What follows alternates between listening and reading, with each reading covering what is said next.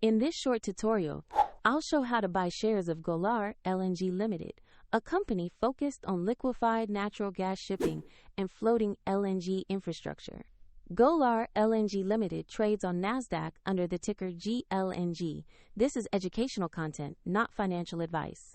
To trade, you need a brokerage account, and I'll use eToro as an example to demonstrate the process. After registering, you'll verify the account, typically with an identity document, and you'll need to add funds before buying.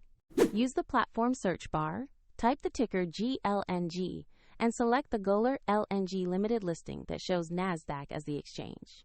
Confirm you've picked the correct company before proceeding. On the asset page, check the company overview and the price chart to confirm you have the correct Golar LNG Ltd stock.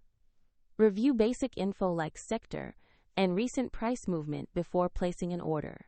Click Trade or Buy, enter the amount you want to invest, review the order details, and then confirm the trade. If the market is closed, the order may be queued or executed at market open, and if funds are insufficient, the platform will prompt you to add funds before confirming. Your position will appear in your eToro portfolio once the trade executes. For the example link and more information, check the description below.